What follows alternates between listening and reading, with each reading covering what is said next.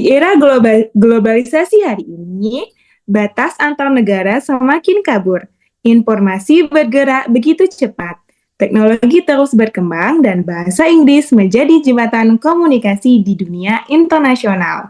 Namun, di tengah semua itu, ada satu hal yang tidak boleh hilang, yaitu nasionalisme sebagai identitas dan kekuatan bangsa.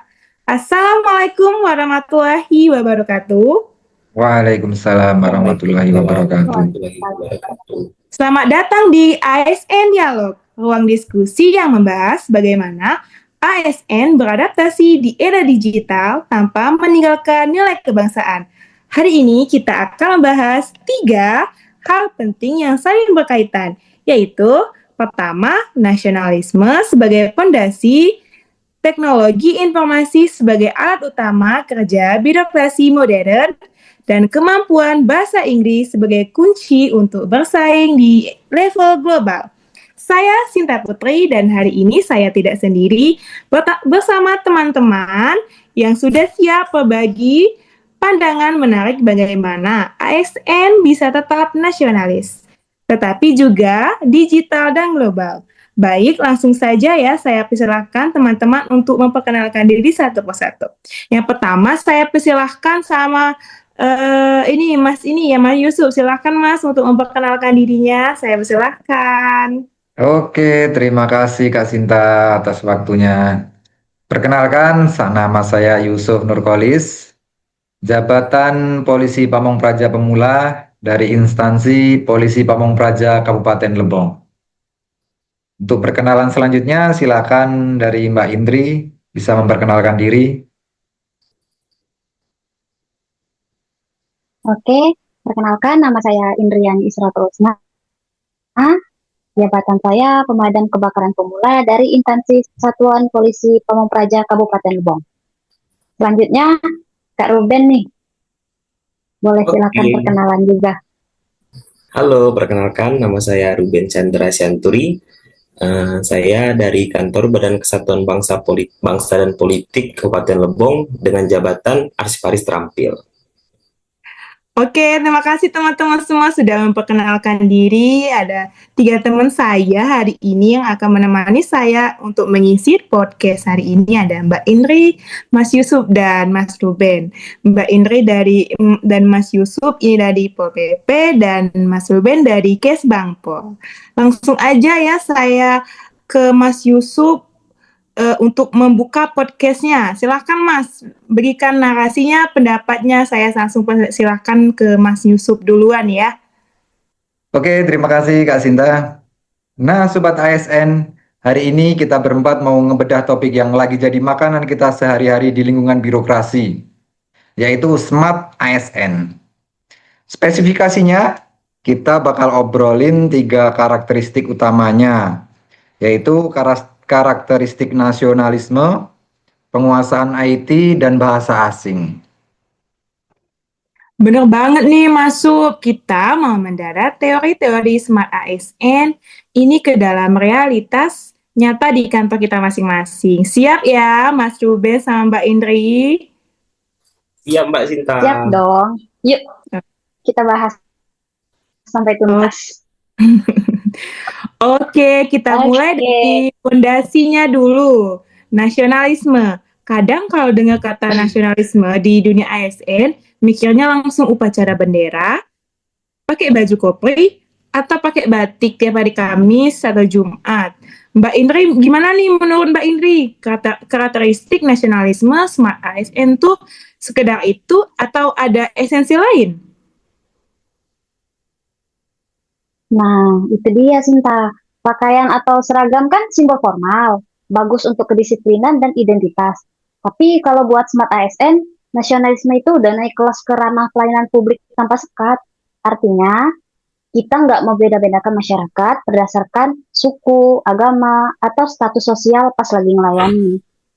Adil, transparan, dan profesional. Itu wujud nasionalisme terapan. Gue sepakat sama Mbak Indri. Kalau dari kacamata praktisi lapangan nih, Ben, menurut lo gimana?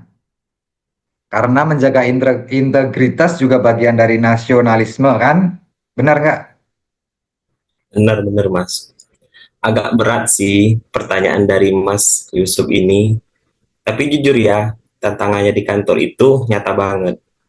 Nasionalisme di era digital itu wujudnya ya menolak gratifikasi dan nggak ikut-ikutan menyebarkan hoax atau ujaran kebencian di media sosial. ASN itu perekat bangsa. Cuma ya itu, tantangannya kadang kalau kita idealis sendirian, suka dibilang sok suci sama lingkungan sekitar. Nah, nasionalisme itu kita diuji untuk tetap bertahan di jalan yang benar demi negara dan bangsa kita.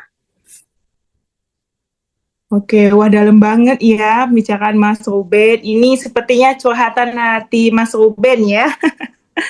Jadi nasionalisme itu justru diuji saat kita berani menolak arus yang salah demi menjaga nama baik instansi kita dan integritas pelayanan publik ya. Nah, sekarang kita geser ke pilar yang kedua aja, yang nggak kalah penting dan nggak kalah menantang juga ini, penguasaan IT. Birokrasi kita kan lagi gencar-gencarnya digitalisasi nih, transformasi digital, SPBE, semua serba aplikasi. Mas Ruben, sebagai ASN yang ngerasain era transisi itu, Mas Ruben ngerasa kebantu nggak? Atau malah merasa jadi beban? Atau pusing dalam transformasi digital ini? Ya, awalnya sih bikin pusing ya Mas Yusuf ya. Bayangin nih, tiap urusan ada aplikasinya sendiri. Passwordnya pun beda-beda pula. Tapi setelah dipelajari, malah kebantu. Dulu kalau misalnya kita mau minta tanda tangan dari atasan, kita harus nungguin tuh berjam-jam di depan kubikal. Sekarang kita pakai TTE, yaitu tanda tangan elektronik. Ditinggal dengan dinas luar pun, surat bisa kelar dalam hitungan menit. Nah, itu namanya adaptif terhadap teknologi. Kalau dari sudut pandang Mbak Indra gimana nih? Secara kan sekarang manajemen kerja itu udah berubah karena IT. Betul sih. Karakter IP bagi Smart ASN itu bukan berarti kita semua harus jago coding, bikin aplikasi sendiri, tapi minimal kita punya literasi digital yang baik. Begitu ada sistem baru seperti e-kinerja atau aplikasi internal kantor lah, kita ulik sendiri secara mandiri. Jangan dikit-dikit ngeluh atau malah menimpakan semua pekerjaan digital ke anak magang. Itu nggak boleh ya. Aduh, kesindir nih aku yang suka minta tolong sama anak magang. Tapi benar yang diomong sama Mbak Indri itu. Selain operasional, Smart ASN juga harus paham soal cyber security. Jangan sembarangan ada orang ngirim link langsung diklik, ada link mencurigakan di grup WhatsApp kantor atau yang diumbar untuk mengumbar data instansi ke medsos. Nah, itu keamanan data itu krusial banget sekarang itu. Ih, setuju banget nih sama Mas Yusuf. Kalau dipikir-pikir ya, penguasaan IT itu nyambung loh ke nasionalisme tadi. Dengan sistem digital transparan, kita bisa memangkas celah pungli. Oke, sekarang kita masuk ke pilar ketiga, yaitu kemampuan bahasa asing. Di sini nih yang sering didebatin sama teman ASN. Ada yang bilang, saya kan kerjanya di dinas tingkat kabupaten, masyarakatnya pakai bahasa daerah seperti Lebong. Itu pasti bahasanya bahasa Rejang ya, kebanyakan ya. Benar. Jarang Benar. banget kalau menggunakan bahasa Indonesia. Ngapain sih repot-repot belajar bahasa Inggris? Nah, gimana nih tim narasumber menanggapi ini? Mbak Indra duluan deh, gimana Mbak tanggapannya? Menurut gue, pandangan itu kurang visioner ya. ASN sekarang itu nggak boleh bermental lokal doang. Dengan bahasa asing, minimal kita bisa akses dokumen, jurnal, atau best practice dari negara lain buat diterapin di daerah kita. Misalnya, gimana sistem tata kelola, atau pengelolaan sampah di luar negeri. Kita bisa baca riset aslinya langsung tanpa nunggu diterjemahin. Mantap Mbak Indri, betul banget itu. Apalagi sekarang investasi dan pariwisata luar negeri kan masuknya langsung ke daerah-daerah.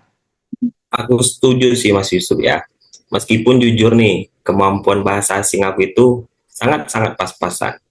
Tapi aku ngerasain sendiri pas di kantor, pas ada kunjungan tamu asing atau penjajakan kerjasama, teman-teman yang jago bahasa asing itu langsung kelihatan menonjol. Karir mereka tuh lebih cepat meroket, dapat kesempatan beasiswa di luar negeri juga. Jadi, bahasa asing itu sebenarnya investasi buat diri kita sendiri sebagai ASN, biar punya wawasan global. Mantep banget nih, Mas Ruben jujur banget ya. Tapi nih poinnya dapet nih ya, Mas Ruben. Bahasa asing tuh bukan cuma untuk gaya-gayaan aja, kayak Gen Z sekarang, cuma untuk gaya-gaya aja, ngobrol sama teman-teman yang lain. Tapi untuk memperluas networking kita, untuk kemajuan instansi kita. Wah, nggak terasa nih, udah di penghujung obrolan. Udah beberapa menit, kita nggak terasa ya cepat sekali kalau bahas dinamika dunia ASN ini. Yuk kita minta closing statement singkat dari kedua narasumber kita. Mas Ruben dulu lah, silakan. Kalau dari aku ya Mas Yusuf ya, jangan takut sama perubahan teknologi atau aturan baru, ulik aja dulu, adaptasi, baru komentar. Kalau dari aku, jadilah ASN yang seimbang, punya hati yang nasionalisme, tapi punya otak dan kemampuan yang siap bersaing di kancah global. Luar biasa nih dari Mas Ruben sama Mbak Indri. Jadi kesimpulan podcastnya hari ini, menjadi Smart ASN berarti mengombinasikan nasionalisme sebagai kompas moral, IT sebagai alat eksekusi, dan bahasa asing sebagai jembatan menuju dunia luar. Mantap. Kita beri aplaus dulu untuk kedua narasumber kita. Terima kasih atas waktunya Mas Ruben dan Mbak Indri. Dan terima kasih juga buat Sobat ASN semua yang udah dengerin podcast kita. Sobat Sobat ASN, Terima ASN, kasih juga. tetap semangat, tetap semangat, mengabdi, tetap mengabdi, dan dan salam salam semangat semangat ASN. ASN. Terima Bye-bye. kasih.